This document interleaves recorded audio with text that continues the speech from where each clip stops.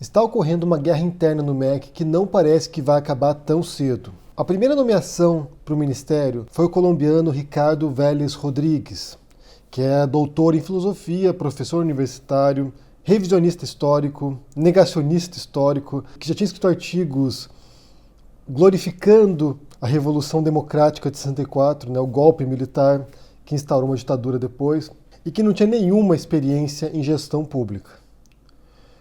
Como a gente sabe, o que se desenrolou depois disso foi uma sucessão de erros, de caos.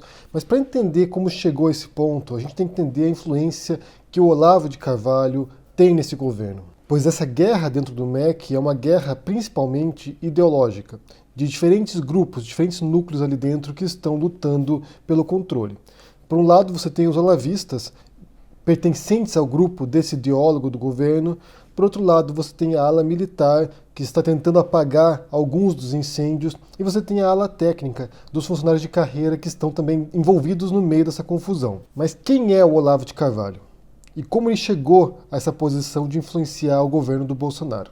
O Olavo de Carvalho é um autoproclamado filósofo. Na verdade, a história dele é bastante complicada. Se você analisar a trajetória dele, ele era um astrólogo, fundou uma das principais escolas de astrologia de São Paulo, é uma figura controversa e que não tinha muita relevância para o cenário político e intelectual do Brasil até por volta de 2013, quando ele começou a crescer em influência entre os núcleos conservadores e direitistas no Brasil.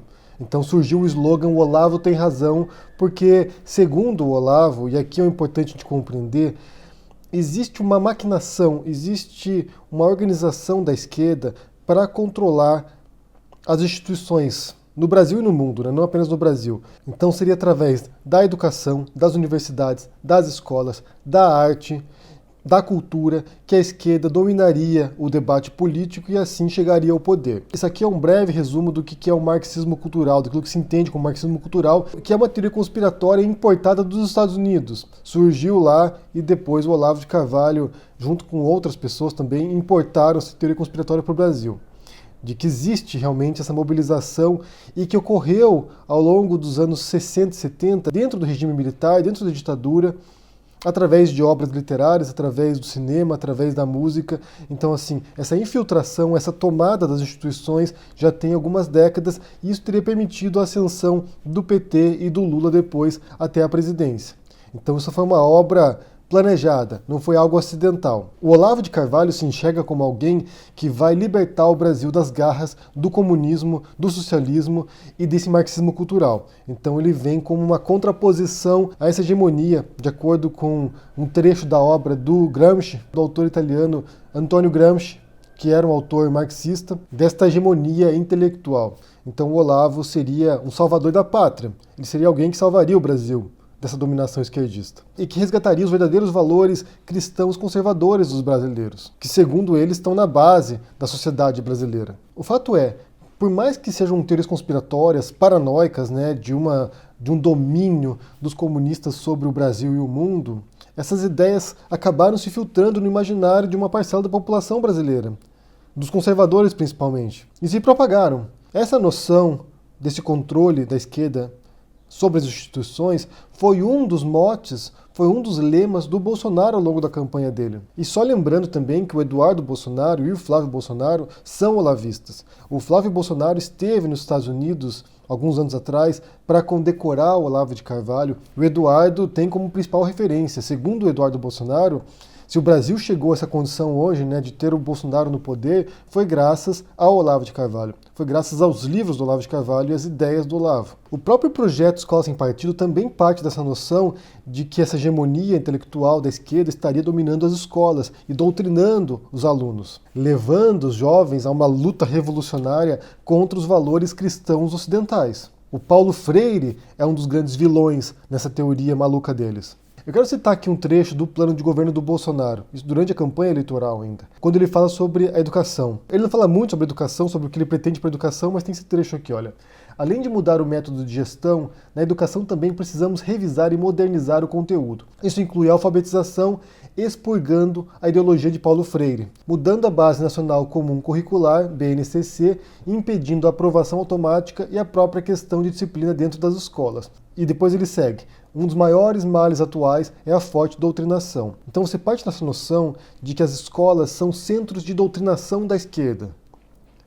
E que para isso você precisaria revisar as práticas e a teoria por trás disso. O Bolsonaro foi um que se propôs a governar sem viés ideológico e, no fundo, no cerne do governo do Bolsonaro, tem uma profunda agenda ideológica para combater esse suposto domínio da esquerda sobre o conhecimento, sobre a educação, sobre as artes. E isso aqui, esse combate ao marxismo cultural, está na base dessas indicações para o MEC agora, e dessa disputa ideológica no interior do Ministério. Essa guerra se deu após a indicação do Vélez e também da ala olavista dentro do Ministério, que vem com essa noção ensandecida de alterar essa proposta ideológica mesmo da educação, de desmantelar o legado do Paulo Freire, de reescrever a história, de negar a história como propunha o próprio Vélez, de que o golpe militar, por exemplo, foi uma decisão democrática para evitar o domínio do comunismo no Brasil, que o Brasil evitasse virar uma Cuba. E essa ala olavista, com essa visão distorcida da realidade, inevitavelmente entrou em confronto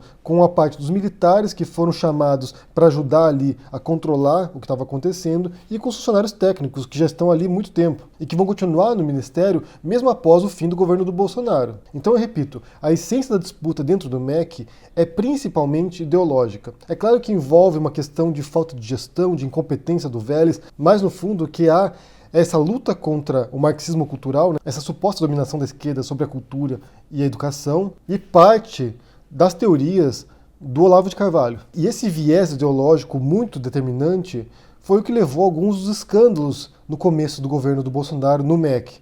Como, por exemplo, quando o Vélez ordenou que mandassem uma carta para as escolas para que filmassem os alunos cantando o hino nacional e recitando o slogan do governo do Bolsonaro. Foi esse conflito ideológico que também levou a algumas exonerações e remanejamentos de olavistas no interior do MEC, para tentar controlar essa sangria no interior do Ministério. E isso levou a uma retaliação do Olavo de Carvalho nas redes sociais, atacando o Vélez, atacando o MEC, atacando os militares e também aos próprios olavistas que foram em peso atacar essa manobra do governo. O próprio Olavo de Carvalho recomendou que os olavistas deixassem o governo por causa disso, porque eles estavam sendo expurgados do governo, estavam sendo perseguidos lá dentro. E me parece óbvio que fossem perseguidos também, porque com essas ideias malucas deles, não sei se alguém quer trabalhar com pessoas assim. E a gota d'água também foi quando o Vélez foi para a Comissão de Educação na Câmara, foi ser sabatinado lá, e a deputada Tabata Amaral deu um baile lá, né? Deu um show lá, confrontando o Vélez,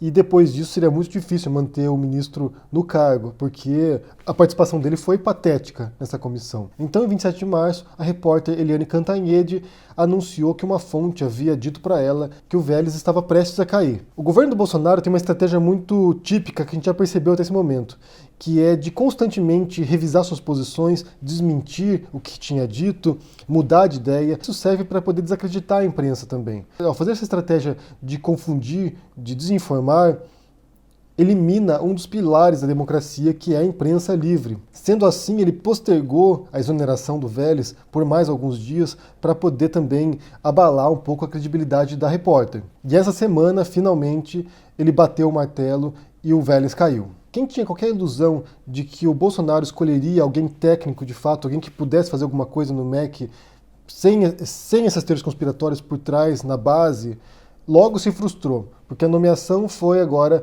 para o Abraham Weintraub, que também não tem experiência em gestão pública e é da ala olavista. Ele é um olavista. Ano passado, num evento, ele declarou isso, né? Ele falou abertamente sobre o marxismo cultural, sobre essa hegemonia da esquerda no Brasil e no mundo e como isso estava afetando a educação brasileira. Já há uma promessa de reduzir a influência dos militares no MEC e também de trazer de volta os olavistas que foram realocados. Então essa troca no MEC indica que tudo vai ficar igual. Trocaram um negacionista histórico como o Vélez para colocar um teórico da conspiração como o Weintraub, de linha olavista. Tudo indica que a guerra interna no MEC vai prosseguir. Vai continuar sim, porque o Bolsonaro já demonstrou que não tem o menor interesse em governar como um governante normal, como um presidente que sabe o que faz. A intenção do Bolsonaro é instaurar o caos. E essa é uma proposta altamente ideológica. Eu quero saber o que vocês pensam sobre essa questão do MEC, se vocês estão acompanhando o que está acontecendo no MEC, se haverá alguma saída, se o Weintraub promete ser melhor ou pior do que o Vélez, ou igual também. O que você pensa sobre isso aí? Eu quero saber o que você pensa. Deixa aqui no comentário aqui embaixo, deixa o joinha, assine o canal da Carta Capital e a gente se vê por aí. Abraço e até mais. Tchau!